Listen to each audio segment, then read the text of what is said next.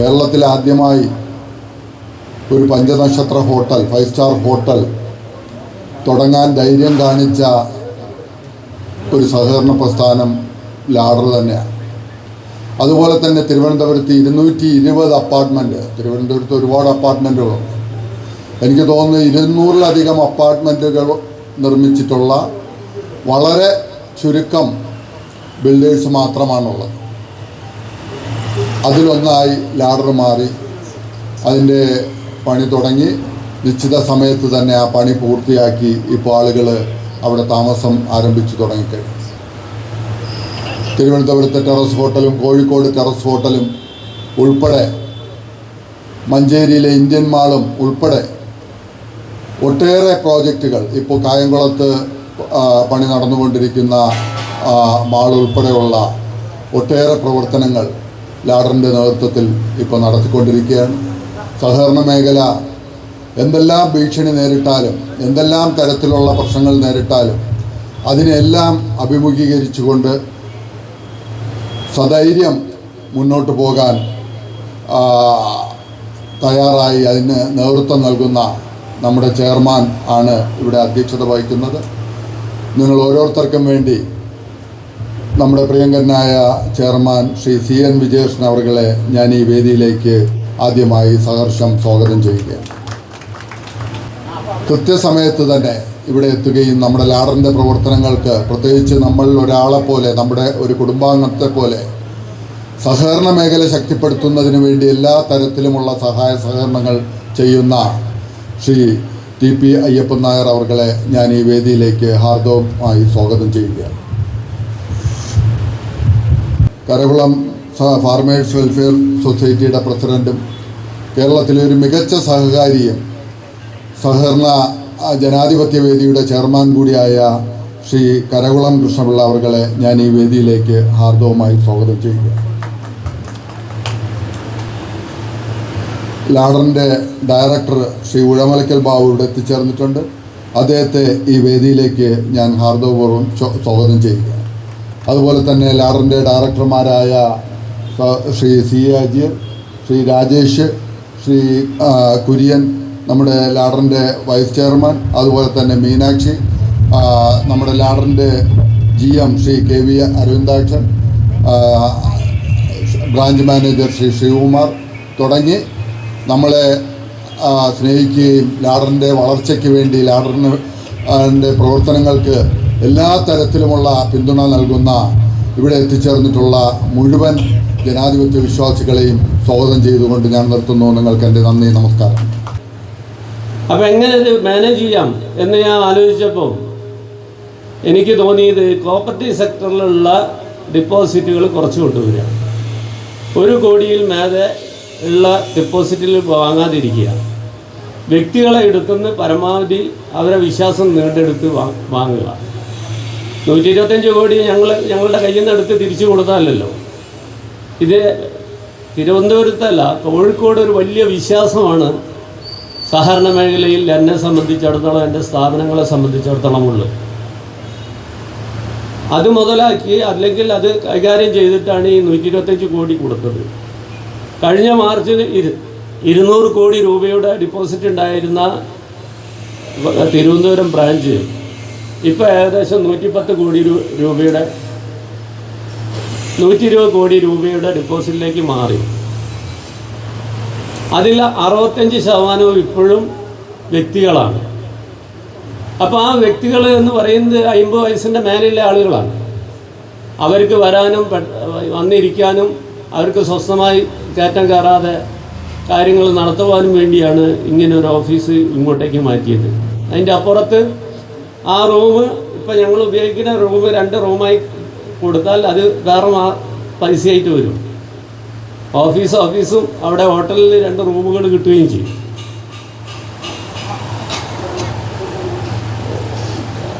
ഇത് ഉദ്ഘാടനം ചെയ്യുന്നത് JR-ആണ്. അയ്യപ്പൻ നായരെ സംബന്ധിച്ചിടത്തോളം, എന്നെ സംബന്ധിച്ചിടത്തോളം അയ്യപ്പൻ നായർ ഞാനും ബന്ധം കാണുക അല്ലെങ്കിൽ അങ്ങനെ അറിയാം എന്നൊക്കെ അല്ലാതെ അദ്ദേഹം എനിക്ക് പ്രത്യേകിച്ചായിട്ടൊന്നും ചെയ്തില്ല. പക്ഷേ അദ്ദേഹത്തിൻ്റെ മകളുടെ കല്യാണത്തിന് എന്നെ ഒരു 3 പ്രാവശ്യം വിളിച്ചിരിക്കുന്നു. അത് അദ്ദേഹം എന്നിൽ എന്തെങ്കിലും കണ്ടിട്ടായിരിക്കുമല്ലോ, വലിയ അടുത്ത ബന്ധങ്ങളൊന്നും ഉണ്ടായിട്ടല്ലല്ലോ. ആ ഒരു സ്നേഹമുണ്ടല്ലോ, ഒരു സഹായിയെ കാണുന്ന സ്നേഹം അന്ന് കുറിച്ചിട്ടതാണ്. അയ്യപ്പൻ നായർ റിട്ടയർഡ് ചെയ്യുന്നതിനെക്കാട്ടും മുമ്പേ എനിക്ക് എന്തെങ്കിലും ഒരു ഉദ്ഘാടനം ചെയ്യിക്കാൻ കഴിഞ്ഞാൽ അത് ചെയ്യിക്കണം എന്നാഗ്രഹിച്ച, അതാണ് ഇന്ന് നടക്കുന്നത്. അതാണ് അദ്ദേഹത്തോട് പറയാനുള്ളത്. കരകളത്തിനോട് പറയാനുള്ളത്, നമ്മൾ ഈ വിശ്വാസം വീണ്ടെടുക്കണം സഹായികൾ. അല്ലെങ്കിൽ ആര് വിചാരിച്ചാലും രക്ഷയില്ലാത്ത രീതിയിലേക്ക് കാര്യങ്ങൾ പോകും. ഇപ്പം വല്ലാത്ത കുഴപ്പമില്ല, ഈ മാർച്ചും ഈ മാസം വല്ലാത്ത കുഴപ്പമില്ല, ആരും ആത്മഹത്യ ചെയ്തില്ല. ഇനി ആരെങ്കിലും ആത്മഹത്യ ചെയ്തിട്ട് പൈസ കിട്ടാത്തതുകൊണ്ട് ആത്മഹത്യ ചെയ്താൽ അപ്പം നമ്മളെയൊക്കെ ബാധിക്കുന്ന ഒരു സ്ഥിതിവിശേഷമാണ്. ഈ പൈസയൊക്കെ തിരിച്ചു കൊടുക്കുമ്പോഴും, ഞങ്ങൾ ഡിപ്പോസിറ്റ് തിരിച്ചു കൊടുക്കുമ്പോഴും, അടുത്ത ഏപ്രിൽ 1 മുമ്പ്, അടുത്ത വിഷുവിന് കായംകുളത്ത് 4 സ്ക്രീനോട് കൂടിയ തിയേറ്റർ കോംപ്ലക്സ്, അതിൽ കുട്ടികൾക്ക് കളിക്കാനുള്ള ഗെയിം സോൺ, അതുപോലെ ഫുഡ് കോർട്ട് അടക്കം നാഷണൽ ഹൈവേയുടെ തൊട്ടടുത്ത് പണി പൂർത്തിയായിക്കൊണ്ടിരിക്കുക. അതിനിടയിൽ ഇത് ഞങ്ങൾ നടത്തിക്കൊണ്ടിരിക്കുന്നുണ്ട്. ഇനി എന്നെയും എൻ്റെ ടീമിനെയും സംബന്ധിച്ചിടത്തോളം അടുത്ത ഏപ്രിൽ മുതൽ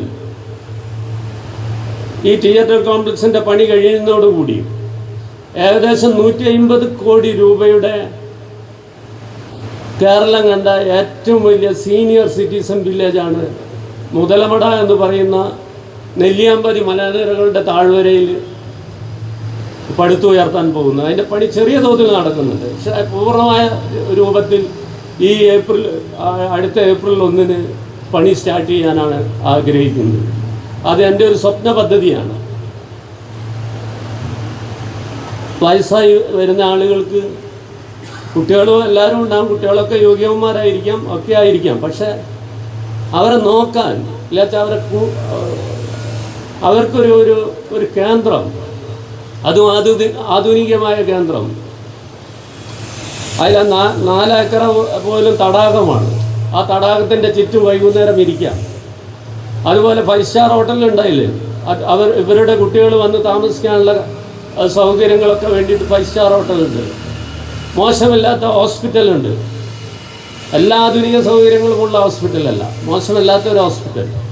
അങ്ങനെ തുടങ്ങിയ എല്ലാ ഇതോട് കൂടിയിട്ടുള്ള ഒരു സീനിയർ സിറ്റിസൺ വില്ലേജാണ് ഭാവനയിൽ ഉള്ളത്.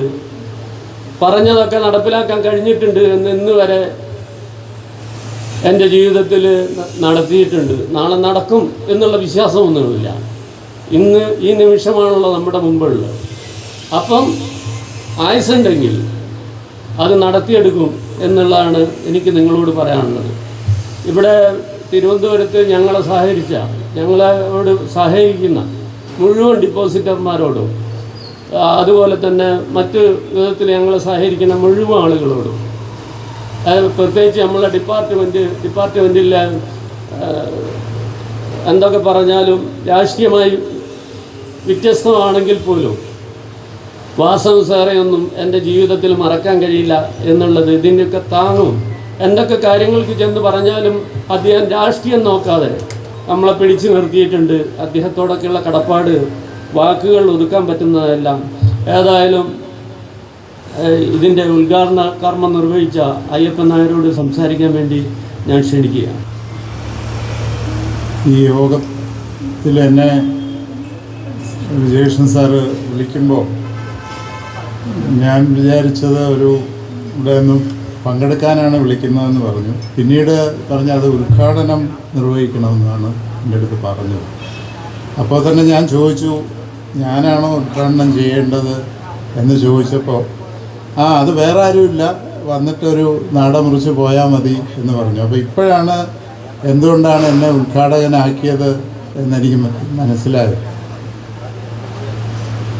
കാരണം അദ്ദേഹം തന്നെ ഉദ്ഘാടനം ചെയ്യുക, അല്ലെങ്കിൽ ഇന്ന് 2 മഹാരഥന്മാരാണ് ഇപ്പോൾ കേരളത്തിലെ സഹകരണ മേഖലയിലെ ഏറ്റവും പ്രഗത്ഭരായ 2 വ്യക്തിത്വങ്ങളാണ് ഇവിടെ ഉള്ളത്. ശ്രീ കരവളം കൃഷ്ണപിള്ള സാറും വിജയകൃഷ്ണൻ സാറും.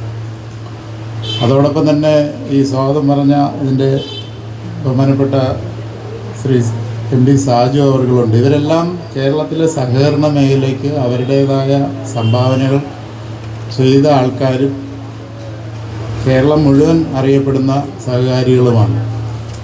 അതുകൂടാതെ നേരത്തെ ഇവിടെ അദ്ദേഹം സൂചിപ്പിച്ചതുപോലെ ശ്രീ വിജയകൃഷ്ണൻ സാർ വിളിച്ചു കഴിഞ്ഞാൽ ഈ ഉദ്ഘാടനത്തിന് വരാത്ത ഒരു രാഷ്ട്രീയ നേതാവോ സഹകാരികളോ ഉണ്ടാവില്ല.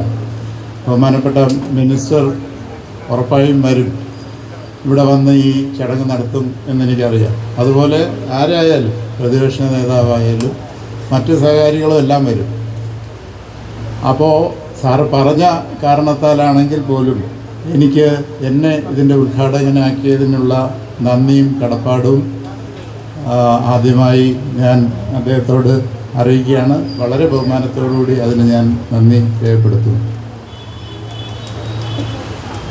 മറ്റൊന്ന്, ഈ സ്ഥാപനത്തെ സംബന്ധിച്ച് അദ്ദേഹത്തിൻ്റെ ഈ മേഖലയിലെ ദീർഘവീക്ഷണവും സഹകരണ മേഖലയിൽ അദ്ദേഹം ചെയ്ത സംഭാവനകളും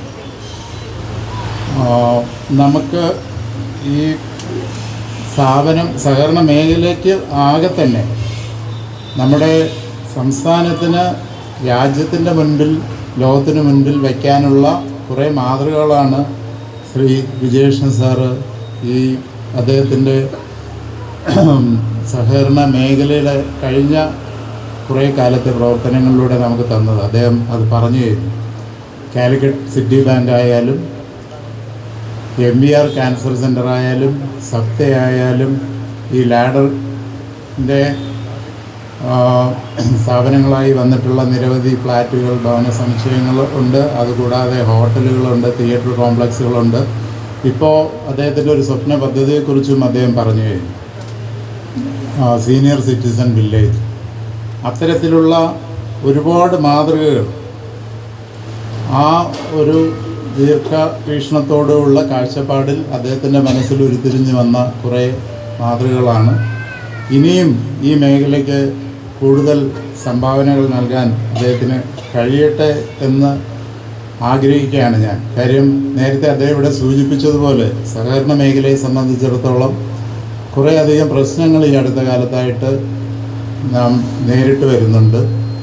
നമ്മുടെ മേഖലയുടെ വിശ്വാസ്യതയെ അത് വല്ലാത്ത രീതിയിൽ, പ്രത്യേകിച്ച് അദ്ദേഹം പറഞ്ഞതുപോലെ തന്നെ തിരുവനന്തപുരം ജില്ലയിൽ ഒരു പിടി സ്ഥാപനങ്ങൾ അത് പൂർണ്ണമായും ആ മേഖലയുടെ പ്രശ്നമല്ല എന്നുള്ളത് നാം മനസ്സിലാക്കേണ്ടതുണ്ട്. അത് കൈകാര്യം ചെയ്ത കുറേ ആൾക്കാരുടെ പിടിപ്പുകേടും അവരുടെ വ്യക്തി താല്പര്യങ്ങളുമാണ് ഈ മേഖലയെ തന്നെ മോശമാക്കുന്നതിന് ഇടയാക്കിയിട്ടുള്ളത്.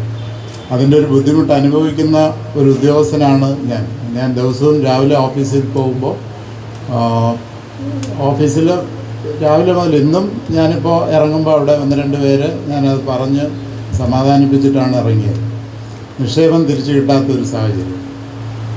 പക്ഷേ അത് 1-2 സ്ഥാപനങ്ങളായാൽ പോലും ആ സ്ഥാപനത്തിൻ്റെ ചുറ്റും ഉള്ള സ്ഥാപനങ്ങളെയും അതുപോലെ തന്നെ ജില്ലയും സംസ്ഥാനത്തെയും ആകെ ഈ മേഖലയുടെ വിശ്വാസ്യതയെ ചോദ്യം ചെയ്യുന്ന തരത്തിൽ ബാധിക്കുന്നു. ഇതിലൂടെ വരുന്ന പ്രശ്നം എന്ന് പറഞ്ഞാൽ നല്ല രീതിയിൽ പ്രവർത്തിക്കുന്ന സ്ഥാപനങ്ങൾക്ക് പോലും പിടിച്ചു നിൽക്കാൻ കഴിയാത്തൊരു സാഹചര്യത്തിലേക്ക് ഇത് കൊണ്ടെത്തിക്കുകയാണ്. കാര്യം ഒരു സ്ഥാപനം, ഒരു സാമ്പത്തിക സ്ഥാപനത്തെ സംബന്ധിച്ചിടത്തോളവും കുറേ അധികം പേർ വന്ന് അവരുടെ നിക്ഷേപം ഒരുമിച്ച് തിരിച്ചു ചോദിച്ച് കൊടുക്കാൻ കഴിയില്ല. കാരണം ആ തുക മറ്റ് വായ്പയായും മറ്റ് പ്രവർത്തനങ്ങളുമായി ഇൻവെസ്റ്റ് ചെയ്ത് അതിൽ നിന്ന് കിട്ടുന്ന ലാഭം കൊണ്ടാണ് ഈ സ്ഥാപനങ്ങൾ പ്രവർത്തിക്കുന്നത്. ഒറ്റയടിക്ക് ഒരു വലിയ തോതിലുള്ള നിക്ഷേപം തിരിച്ചാവശ്യപ്പെട്ടാൽ കൊടുക്കാൻ ആർക്കും കഴിയില്ല. ഒരു നാഷണലൈസ്ഡ് ബാങ്കിന് പോലും ആ തരത്തിൽ പിടിച്ചു നിൽക്കാൻ കഴിയില്ല. ഒരു പരിധിക്കപ്പുറത്തേക്ക് പിൻവലിക്കാൻ. അത്തരം ഒരു സാഹചര്യമാണ് ഇപ്പോൾ തിരുവനന്തപുരത്ത് നിലവിലുള്ളത്.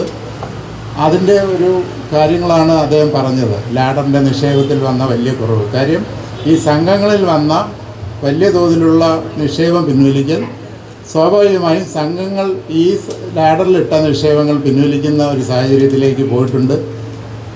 ഇത്തരം കാര്യങ്ങളൊക്കെ ഞാനും അദ്ദേഹവുമായിട്ടുള്ളൊരു ബന്ധം അതുതന്നെയാണ്. കാര്യം ഇത്തരം കാര്യങ്ങളെക്കുറിച്ച് തുറന്ന് അദ്ദേഹം പറഞ്ഞതുപോലെ ഒരു ഉദ്യോഗസ്ഥ സഹകാരി ബന്ധം. അദ്ദേഹം കോഴിക്കോടാണ്, ഞാൻ തിരുവനന്തപുരത്താണ്.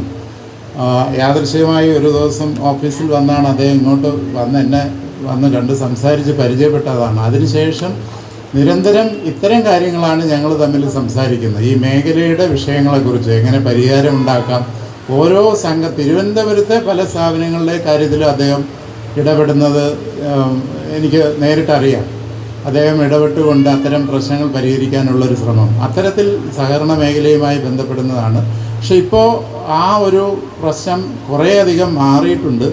ഈ നിക്ഷേപ സമാഹരണവുമായി ബന്ധപ്പെട്ട് വന്നപ്പോൾ കുറേ മെച്ചപ്പെടുത്തൽ നമുക്ക് പറ്റിയിട്ടുണ്ട്. എങ്കിൽ പോലും തിരുവനന്തപുരത്തെ പ്രശ്നങ്ങൾ പൂർണ്ണമായി മാറിയിട്ടില്ല. അതിന് പൂർണ്ണമായ ഒരു എല്ലാവരും ചേർന്നിട്ടുള്ള ഒരു പ്രവർത്തനം, സംഘങ്ങൾ ഇനിയും മോശമാവാതെ കൃത്യമായ ബിസിനസ് താല്പര്യം അല്ലെങ്കിൽ അതിൻ്റെ സാമ്പത്തിക മാനേജ്മെൻറ്റ് കൃത്യമായി പരിശോധിച്ചുകൊണ്ട് മുന്നോട്ട് പോവുകയും അതോടൊപ്പം തന്നെ സഹകാരികൾ ഈ മേഖലയിലുള്ള വിശ്വാസം ഊട്ടിയുറപ്പിച്ചുകൊണ്ട് നല്ല സ്ഥാപനങ്ങളെ തിരിച്ചറിഞ്ഞുകൊണ്ട് ആ സ്ഥാപനങ്ങളിൽ അവരുടെ നിക്ഷേപവും മറ്റ് പ്രവർത്തനങ്ങളും ഏകീകരിച്ചുകൊണ്ട് മുന്നോട്ട് പോയി കഴിഞ്ഞാൽ നമുക്ക് ഇനിയും ഈ മേഖലയെ നിലനിർത്താൻ കഴിയും. സഹകരണ മേഖലയില്ലാതെ കേരളത്തിന് നിലനിൽപ്പില്ല എന്നുള്ള അവസ്ഥ. സാമ്പത്തികമായി വല്ലാത്തൊരു അവസ്ഥയിലേക്ക് കേരളം പോകുന്നതിന് അത് ഇടയാക്കും. ആ ഒരു പൊതു സാഹചര്യം മനസ്സിലായിക്കൊണ്ട് എല്ലാവരും ഒരുമിച്ചിട്ടുള്ള ഒരു പ്രവർത്തനത്തിലേക്കാണ് ഈ മേഖലയിൽ പോകേണ്ടത്. അതിന് നേരത്തെ അദ്ദേഹം സൂചിപ്പിച്ചതുപോലെ മറ്റ് കക്ഷി രാഷ്ട്രീയ വ്യക്തി ഭേദമൊന്നുമില്ലാതെ ഈ മേഖലയുടെ പ്രവർത്തനങ്ങളുമായി ബന്ധപ്പെട്ട് എല്ലാവരും ഒരുമിച്ച് നിൽക്കേണ്ടതുണ്ട്. അത്തരത്തിൽ ഈ മേഖലയിലെ ലാഡറിൻ്റെ പ്രവർത്തനങ്ങൾ കൂടുതൽ മെച്ചപ്പെടുത്താനാണ് ഈ ഓഫീസ് ഇവിടെ ആരംഭിച്ചിട്ടുള്ളത്.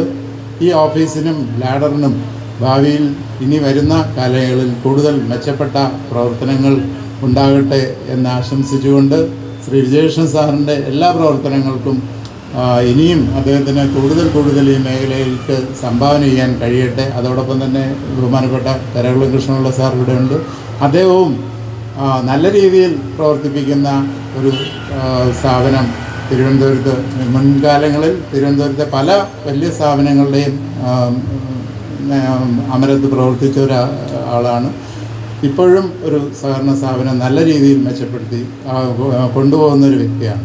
അപ്പോൾ ഇത്തരത്തിലുള്ള നല്ല മാതൃകകൾ ഇനിയും ഉണ്ടാകട്ടെ എന്നുകൂടി ആശംസിച്ചുകൊണ്ട് എന്നെ ഇവിടെ ക്ഷണിച്ചതിന് ഒരിക്കൽ കൂടി നന്ദി പറഞ്ഞുകൊണ്ട് ഈ പുനർനിർമ്മിച്ച ഓഫീസിൻ്റെ ഉദ്ഘാടനം നിർവഹിച്ച് അറിയിച്ചുകൊണ്ട് നിർത്തുന്നു. നന്ദി, നമസ്കാരം. ഇതിൻ്റെയൊക്കെ ശില്പിയും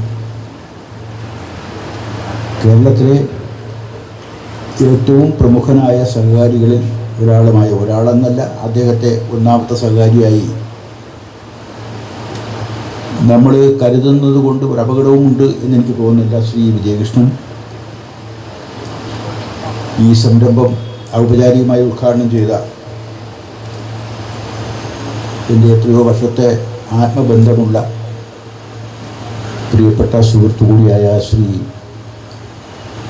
അയ്യപ്പൻ നായർ,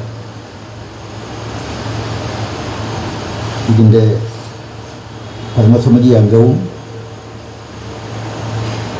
പ്രമുഖനായ സഹകാരിയുമായ ശ്രീ MP സാജു, ഈ സമ്മേളനത്തിൽ സംബന്ധിച്ചിരിക്കുന്ന ലാഡറിൻ്റെ ഭരണസമിതി അംഗങ്ങൾ, ഉദ്യോഗസ്ഥ സുഹൃത്തുക്കൾ, ലാഡറിൻ്റെ അഭ്യുദയകാംക്ഷികൾ, പ്രിയമുള്ളവരെ, ഞാനീ പലപ്പോഴും ഈ വിജയകൃഷ്ണനെ ഞാനൊരു സഹകാരി എന്നതിനപ്പുറം ഇങ്ങനൊരു ധൈര്യം, അതെനിക്ക് പലപ്പോഴും അസൂയ തോന്നി. സഹകാരി പിന്നെ ഒരു പക്ഷേ വിജയകൃഷ്ണനോടൊപ്പം ഈ കാര്യങ്ങൾ പഠിക്കാനും ശ്രമിക്കാനും ഒക്കെ നടത്താനുള്ള ഒരു വിവരവും ഒക്കെ എനിക്കുണ്ടെന്ന് ഞാൻ സ്വയം അഭിമാനിക്കുന്നു. പക്ഷേ എനിക്ക് ചെയ്യാനുള്ളൊരു കാര്യത്തില്ല. ഇത്രയും അത്ഭുതകരമായി 2 സംരംഭങ്ങളാണ് കേരളത്തിൽ ഇങ്ങനെ പ്രവർത്തിക്കുന്നത്. ഒന്ന്, നമ്മുടെ ന്യൂരാളങ്കൽ ലേബർ കോൺട്രാക്ട്സ്, വലിയ സംരംഭമാണ്. ഏറെ വ്യത്യസ്തമായ അതിനെ സംബന്ധിച്ചുള്ള അഭിപ്രായ വ്യത്യാസങ്ങളൊക്കെ ഉണ്ടാകുമായിരിക്കും. പക്ഷേ അതിനെ നടത്തിപ്പിനെ സംബന്ധിച്ച്, അത് എത്തിച്ചേരുന്ന മേഖലകളെ സംബന്ധിച്ച് നമുക്ക് അഭിമാനമാണ്. ശ്രീ വിജയകൃഷ്ണനെ സംബന്ധിച്ചിടത്തോളം അദ്ദേഹം ഓരോ ദിവസവും ഉടനൊഴിക്കുമ്പോൾ ഓരോരോ പുതിയ ആശയങ്ങൾ അദ്ദേഹത്തിൻ്റെ മനസ്സിൽ വരികയും ആ വരുന്ന ആശയങ്ങൾ സഹപ്രവർത്തകരുമായി പങ്കുവെച്ച് അത് എക്സിക്യൂട്ട് ചെയ്യാനുള്ള കരുത്ത്. അതാണ് ഞാൻ ശ്രീ വിജയകൃഷ്ണനിൽ കാണുന്ന ഏറ്റവും വലിയ മിടുക്ക്. അദ്ദേഹത്തിൻ്റെ ഒരു പ്രാഥമിക സഹകരണ സംഘമാണ് കാലിക്കറ്റ് സിറ്റി സർവീസ് ബാങ്ക്. അതിൻ്റെ അനുബന്ധ സ്ഥാപനങ്ങൾ അവിടെ ഇരുന്നു കൊണ്ടാണ് ഇതെല്ലാം അദ്ദേഹം ഉണ്ടാക്കുന്നതും ഇതിൻ്റെയൊക്കെ ഒരു ഒരു കേന്ദ്രമായി ഇപ്പോഴും കാലിക്കറ്റ് സിറ്റി ബാങ്ക് പ്രവർത്തിക്കും. MVR ക്യാൻസർ സെൻ്റർ നമ്മളൊരു വിദൂരതയിലാണ്. ഒരുപാട് ഈ തിരുവനന്തപുരത്ത് ഒരുപാട് പരീക്ഷണ താങ്കൾ നടത്തുന്നല്ലോ. ഈ MVR ക്യാൻസർ സെൻ്റർ ഈ തിരുവനന്തപുരത്തുകാർ കൂടി പ്രാപ്തമാകുന്ന നിലയ്ക്കുള്ള എന്തെങ്കിലും സംരംഭം ആലോചിക്കാൻ കഴിയുമെങ്കിൽ തീർച്ചയായും താങ്കൾ ആലോചിക്കണം എന്നാണ് എനിക്ക് ശ്രീ വിജയകൃഷ്ണനോട് അഭ്യർത്ഥിക്കാൻ. അപ്പം തൊടുന്നതൊന്നും നശിക്കാതെ നഷ്ടപ്പെടുത്താതെ ലാഡറിൻ്റെ തിരുവനന്തപുരത്തെ 220 ഫ്ലാറ്റുകളുള്ള ആ പാങ്ങപ്പാറയിലുള്ള വളരെ മനോഹരമായ ആധുനിക സൗകര്യങ്ങളോടുകൂടിയ ഫ്ലാറ്റ് സമുച്ചയം ഞാൻ പലതവണ അവിടെ പോയിട്ടുണ്ട്, അത് കണ്ടിട്ടുണ്ട്. എനിക്ക് അടുപ്പമുള്ള ആരെങ്കിലും ഈ ഫ്ലാറ്റിനെ സംബന്ധിച്ച് പറഞ്ഞാൽ ഞാൻ ആദ്യം സജസ്റ്റ് ചെയ്യുന്നത് വളരെ മനോഹരമായി നന്നായി പണിതിട്ടുള്ള ലാഡറിൻ്റെ ഫ്ലാറ്റ് നോക്കിയതിന് ശേഷം മറ്റൊരു സ്ഥലത്ത് പോകണമെന്ന് പറയും. ഇതെല്ലാം ചെയ്യുന്നതിനുള്ള ഒരു ആർജവും അദ്ദേഹത്തിൻ്റെ കൂടെ നിൽക്കുന്ന സഹപ്രവർത്തകർ. ഇതിനൊക്കെ കാലിക്കറ്റ് സിറ്റി ബാങ്കിൻ്റെ കാശ് കൊണ്ട് തികയില്ല. MVR ക്യാൻസർ സെൻ്റർ പ്രവർത്തിക്കാൻ ആവശ്യമായ ഫണ്ട്, ലാഡർ പ്രവർത്തിക്കാൻ ആവശ്യമായ ഫണ്ട് അത് ചോദിച്ചാൽ കൊടുക്കാൻ ഈ പ്രതിസന്ധി കാലഘട്ടത്തിലും ആളുകൾ ഉണ്ടാകുന്നു എന്നത് ശ്രീ വിജയകൃഷ്ണനിലും അദ്ദേഹത്തിൻ്റെ സ്ഥാപനങ്ങളിലും നമ്മുടെ സമൂഹത്തിൽ പൊതുവിലുള്ള വിശ്വാസ്യതയുടെ പ്രതിഫലനമാണ്. സഹകരണ മേഖല നമ്മളെപ്പോലുള്ള ആളുകൾ തന്നെ അത് പറഞ്ഞാൽ പിന്നെ അതിനെ സംരക്ഷിക്കാനും അതിൻ്റെ താല്പര്യം നിലനിർത്താനും ആവശ്യമായ സഹായങ്ങൾ നമ്മുടെ ഭാഗത്തുനിന്നും ഉണ്ടായില്ലെങ്കിൽ പിന്നെ വേറെ ആരും നമ്മളെ സഹായിക്കാനില്ല എന്നതുകൊണ്ട് ഞാൻ ഈ സദസ്സിലൊന്നും അതിനെക്കുറിച്ച് വിശദമായി പ്രതിപാദിക്കാനാകില്ല. ഇവിടെ വിജയകൃഷ്ണൻ പറഞ്ഞുകൊണ്ട് തിരുവനന്തപുരത്തല്ല തുടങ്ങിയത് മധ്യകേരളത്തിൽ നിന്നാണ്. മധ്യകേരളത്തിൽ നിന്ന് ആരംഭിച്ചപ്പോൾ അതിൻ്റെ ചുവട് പിടിച്ച് തിരുവനന്തപുരം വളരെ ഫാസ്റ്റായി അവരെ മുമ്പ് കയറാൻ ശ്രമിച്ചു. അതാണ് വസ്തുത. അപ്പം ആരും ഈ കാര്യത്തിൽ ഒട്ടും മോശമല്ലാത്ത നിലയ്ക്ക് കേരളത്തിൽ നമ്മൾ പതിറ്റാണ്ടുകളായി കൂട്ടായ പരിശ്രമങ്ങൾ ഫലമായി കക്ഷി രാഷ്ട്രീയത്തിനതീതമായി കാലാകാലങ്ങൾ വന്ന ഭരണകൂടത്തിൻ്റെ കൂടി സഹായത്തോടുകൂടി പടുത്തുയർത്തിയ രാജ്യത്തിന് തന്നെ മാതൃകയായി ഏറ്റവും വലിയ ഈ മേഖല, ആ മേഖലയെ അതിനെ തകർക്കാനുള്ള ഉദ്ദേശത്തോടുമില്ല, മറിച്ച് ഇതിനകത്ത് എത്തിച്ചേരാൻ പാടില്ലാത്ത ഒരുപാട് പുഴുക്കുത്തുകൾ. അവർക്കെല്ലാം രാഷ്ട്രീയ മേൽവിലാസമുണ്ട്. അത് ഭരണകക്ഷിയുടെ മേൽവിലാസമുണ്ട്, പ്രതിപക്ഷത്തിൻ്റെ മേൽവിലാസമുണ്ട്. ആ രാഷ്ട്രീയ മേൽവിലാസം ഉപയോഗിച്ച് അതിനകത്ത് കടന്നുകൂടിയിട്ട് കാട്ടിക്കൂട്ടൽ വല്ലതുമൊക്കെ അത്യാവശ്യം ചില്ലറ മോട്ടിച്ചുകൊണ്ട് പോയാൽ ഇതിൽ ഈ അപകടം സംഭവിക്കില്ല. ഒരു 50-60 വർഷക്കാലത്തെ ഈ മേഖലയിലെ ഒരു പ്രവർത്തകൻ എന്ന നിലയ്ക്ക് ഞാൻ തറപ്പിച്ച് പറയുന്നു, മര്യാദയ്ക്ക് മോട്ടിച്ചാലും കൂടെ മര്യാദയ്ക്കപ്പുറം നാട്ടുകാരുടെ പണം, സ്ഥാപനത്തിൻ്റെ പണം, സമൂഹത്തിൻ്റെ സമ്പത്ത് അതിനെ കൊള്ളയടിക്കാൻ പ്രതിജ്ഞാബദ്ധമായി ഇറങ്ങിത്തിരിച്ചിരിക്കുന്ന നമ്മുടെ സമൂഹത്തിലെ ഒട്ടനവധിയായ പുഴുക്കുത്തുകൾ, അവരാണ് ഇവിടുത്തെ അപകടം. അത് കണ്ടുപിടിക്കാനും മാറ്റാനും നിയമം കൊണ്ടൊന്നും മാറില്ല. ഇപ്പോൾ 3 ടേം വെച്ചപ്പോഴത്തേക്ക് അവരവരുടെ ഭാര്യമാരെയും മക്കളെയും മത്സരിപ്പിക്കുക. ഇവൻ ഒരുപാട് കാലമായിരിക്കുന്നു എന്നതുകൊണ്ടാണ് സർക്കാർ ഞാൻ ഈ 3 ടേം വയ്ക്കരുത് എന്ന് പറഞ്ഞതാണ്. അയ്യപ്പൻ നായർ മന്ത്രിയോട് പറഞ്ഞു, ബന്ധപ്പെട്ട ആളുകളോടെല്ലാം പറഞ്ഞു, നിങ്ങൾ ഈ ടേം വയ്ക്കരുത്. സൗദ്ദേശമായിരിക്കും, പക്ഷെ വിപരീത ഫലമാണ്. കേരളത്തിലാകെ ഉണ്ടോ എന്ന് എനിക്കറിയില്ല. ഞാൻ കാണുന്ന പ്രദേശങ്ങളിലൊക്കെ 3 ടേം കഴിഞ്ഞ ആളുകളൊക്കെ സ്വന്തം കുടുംബത്തിലുള്ള ഭാര്യയോ അല്ലെങ്കിൽ പ്രായപൂർത്തിയായ മക്കളുണ്ടെങ്കിൽ മക്കളോ അവരെയൊക്കെ ഈ കസേരകൾ ഇരുത്തി ഒരു താൽക്കാലിക ഒരു വിശ്രമം അല്ലെങ്കിൽ ഒരു ഉഴിഞ്ഞുവെപ്പ് കഴിഞ്ഞിട്ട് അടുത്ത ടൈമിലേക്ക് വീണ്ടും മടങ്ങി വരാനുള്ള സൗകര്യം ചെയ്തുകൊണ്ടിരിക്കുന്ന ആളുകൾ. അപ്പോൾ ഇന്നലെ ഒരു അധികാരം, ഇപ്പോൾ 2 അധികാരികൾ. നോമിനിയായ പ്രസിഡന്റും നോമിനിയായി പുറകിൽ നിന്ന് അതിനെ നയിക്കുന്ന പ്രസിഡന്റ്. വലിയ അപകടകരമായ ഒരു സാഹചര്യം ഈ മേഖലയിലുണ്ട്. ഒരുപാട് കാര്യങ്ങൾ ഇവിടെ ഇരുത്തിക്കൊണ്ട് അതൊരു രാഷ്ട്രീയം പറയുന്നത്, അയ്യപ്പൻ നായരെ കൂടെ ഇരുത്തിക്കൊണ്ട് പറയുന്നത് ശരിയല്ല. ഒരു ഉദ്യോഗസ്ഥനെന്നുള്ളത് മന്ത്രിയോ ഒരു തനത് രാഷ്ട്രീയക്കാരനാണെങ്കിൽ പറയുന്ന പോലെ സർക്കാരിൻ്റെ ഭാഗത്തുകൊണ്ട് കുഴപ്പം. ചെയ്യുന്ന പരിഷ്കാരങ്ങൾ, ആ പരിഷ്കാരങ്ങൾ ഈ മേഖലയ്ക്ക് ഗുണകരമാണോ എന്ന് വീണ്ടും വിചാരം നടത്താതെ, കൂട്ടായ ഒരു ആലോചന നടത്താതെ ഉണ്ടാക്കുന്ന ഒരുപാട് പരിഷ്കാരങ്ങൾ അപകടകരമാണ്. ഇതിപ്പോൾ മാർച്ച് മാസമാണ്. 2 കാര്യങ്ങളാണ്. മാർച്ച് കഴിഞ്ഞു വന്നാലും കുടിശ്ശിക നിവാരണത്തിൻ്റെ കാലാവധി, ഡെപ്പോസിറ്റ് മൊബിലൈസേഷൻ്റെ കാലാവധി. ഡെപ്പോസിറ്റ് ഒരു തീവ്ര ശ്രമം നടത്തിയാൽ നമ്മൾ പറയുന്ന ടാർഗറ്റിലൊക്കെ കൊണ്ടെത്തിക്കാൻ കഴിയും. എന്നാലും സൂചിപ്പിച്ചതുപോലെ ഏതെങ്കിലും ഒരു സ്ഥാപനം വിശ്വാസമുണ്ടെങ്കിൽ അതിൻ്റെ അടുത്ത കാണുന്ന സ്ഥാപനങ്ങളിൽ നടക്കുന്ന കൊള്ളയും അതുപോലുള്ള കൊള്ളരുതായ്മകളൊക്കെ കാണുമ്പം ഈ വിശ്വാസ്യത ഉള്ള സ്ഥാപനങ്ങളിലും പണം കൊണ്ട് നിക്ഷേപിക്കാൻ ആളുകൾ മടിക്കുന്ന ഒരു സാഹചര്യമുണ്ട്. അതിനോടൊപ്പം തന്നെ തെറ്റായി ഈ സഹകരണ സംഘങ്ങൾ പണമെടുത്താൽ തിരിച്ചടയ്ക്കണ്ട എന്ന തരത്തിലുള്ള വ്യാപകമായ പ്രചരണം അപകടകരമാണ്. ആരെ സംരക്ഷിക്കാനായാലും, ആരുടെ താല്പര്യം സംരക്ഷിക്കാനായാലും ഈ 5 സെൻറ്റ് വീടുമുള്ളവന് പണം കൊടുക്കുക. ആരാ സഹകരണ സംഘം കൊടുക്കുന്നത്? വേറെ ആരാ കൊടുക്കുന്നത്?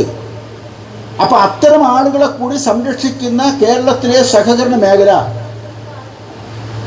അത് കൊടുത്ത പണം തിരിച്ചു കിട്ടിയില്ലെങ്കിൽ പിന്നെ അവരെങ്ങനെയാണ് നിലനിൽക്കുന്നത്? അവർക്കെങ്ങനെ മുമ്പോട്ട് പോകാൻ കഴിയും?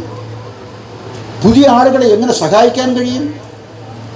അങ്ങനെ ഒട്ടനവധിയായ പ്രശ്നങ്ങൾ നമ്മുടെ ഈ മേഖലയിലും നമ്മുടെ സമൂഹത്തിലും നിലനിൽക്കുന്ന ഒരു കാലഘട്ടം. അതിനെയൊക്കെ അതിജീവിച്ചുകൊണ്ട് മുമ്പോട്ട് പോകുന്ന ശ്രീ വിജയകൃഷ്ണൻ്റെയും സഹപ്രവർത്തകരെയും കരുത്തിനെ ഞാൻ വീണ്ടും അനുമോദിക്കുന്നതിനോടൊപ്പം ലാഡറിൻ്റെ ഒരു അഭ്യുതകാംക്ഷി, ശ്രീ വിജയകൃഷ്ണൻ്റെ സംരംഭങ്ങളുടെ ഒരു അഭ്യുതകാംക്ഷി എന്ന നിലയ്ക്ക് ഈ സംരംഭത്തിന് എന്നെ ക്ഷണിച്ചതിന് ഇതിൻ്റെ സംഘാടകരോട് എനിക്കുള്ള വ്യക്തിപരമായ നന്ദി കൂടി പ്രകാശിപ്പിച്ചുകൊണ്ട് കൂടുതൽ ഉന്നതിയിലേക്ക് ഈ സ്ഥാപനങ്ങൾ എത്തിച്ചേരട്ടെ എന്ന് ആശംസിച്ചുകൊണ്ട് ഞാൻ എൻ്റെ വാക്ക്. ഡെപ്പോസിറ്റുകൾ ഇന്നിപ്പോൾ ഈ ബ്രാഞ്ചിൽ വന്നിട്ടുള്ള ബ്രാഞ്ച് പുതുതായി മാറ്റി സ്ഥാപിച്ചപ്പോൾ ഇന്നത്തെ ദിവസം തന്നെ ഡെപ്പോസിറ്റ് ചെയ്യുന്നതിന് വേണ്ടി തയ്യാറായി ഏതാണ്ട് 42ഓളം പേര് 65 ലക്ഷം രൂപയുടെ നിക്ഷേപം ഇന്നത്തെ ദിവസം ഇവിടെ വന്നിട്ടുണ്ട്. അതിൻ്റെ ലിസ്റ്റ് നമ്മുടെ മാനേജർ വായിക്കും. അത് ഏറ്റുവാങ്ങുന്നതിന് വേണ്ടി നമ്മുടെ JRനെയും അതുപോലെ തന്നെ ചെയർമാനെയും ക്ഷണിക്കുക. നിക്ഷേപ സർട്ടിഫിക്കറ്റ് സ്വീകരിക്കുന്നതിനായി Shri Veera Sudhakar, union bank of India.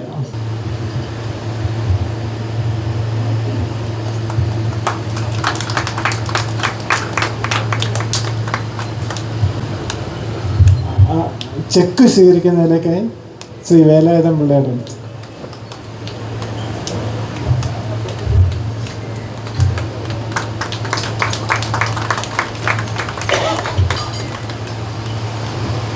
₹10,000 ചെറിയ നിക്ഷേപം നമ്മൾ പ്രോത്സാഹിക്കുന്നതിന് വേണ്ടി പ്രത്യേക പദ്ധതി തന്നെ തയ്യാറാക്കിയിട്ടുണ്ട്. ആ പദ്ധതിയിലേക്ക് നിക്ഷേപിക്കുന്നതിലേക്ക് ഇവിടെ എത്തിയിട്ടുണ്ട്. ശ്രീ കൃഷ്ണാനന്ദ് സാറിനെ അതിലേക്ക്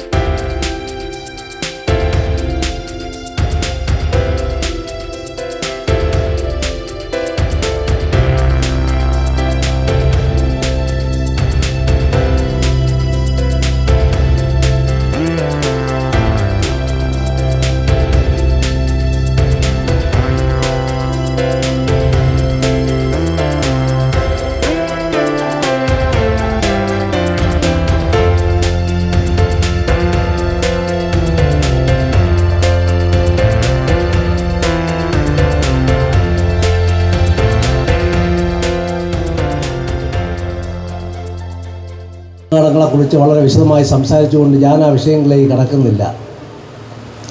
സൊസൈറ്റികളിലെ വിശ്വാസം നഷ്ടപ്പെട്ടിരിക്കുന്ന ഈ സാഹചര്യത്തിലും നമ്മൾ പിടിച്ചു നിൽക്കുന്നത് തന്നെ വലിയ കാര്യമായിട്ടാണ് നാം കാണുന്നത്. അത് നമ്മളോടുള്ള വിശ്വാസം അല്ലെങ്കിൽ വിജയകൃഷ്ണനോടുള്ള സംഘത്തിലുള്ള വിശ്വാസം കൊണ്ട് മാത്രമാണ് ഇത് പിടിച്ചു നിൽക്കുന്നത്. ഞാനൊരു ചെറിയ സംഘത്തിലെ പ്രസിഡൻ്റാണ്.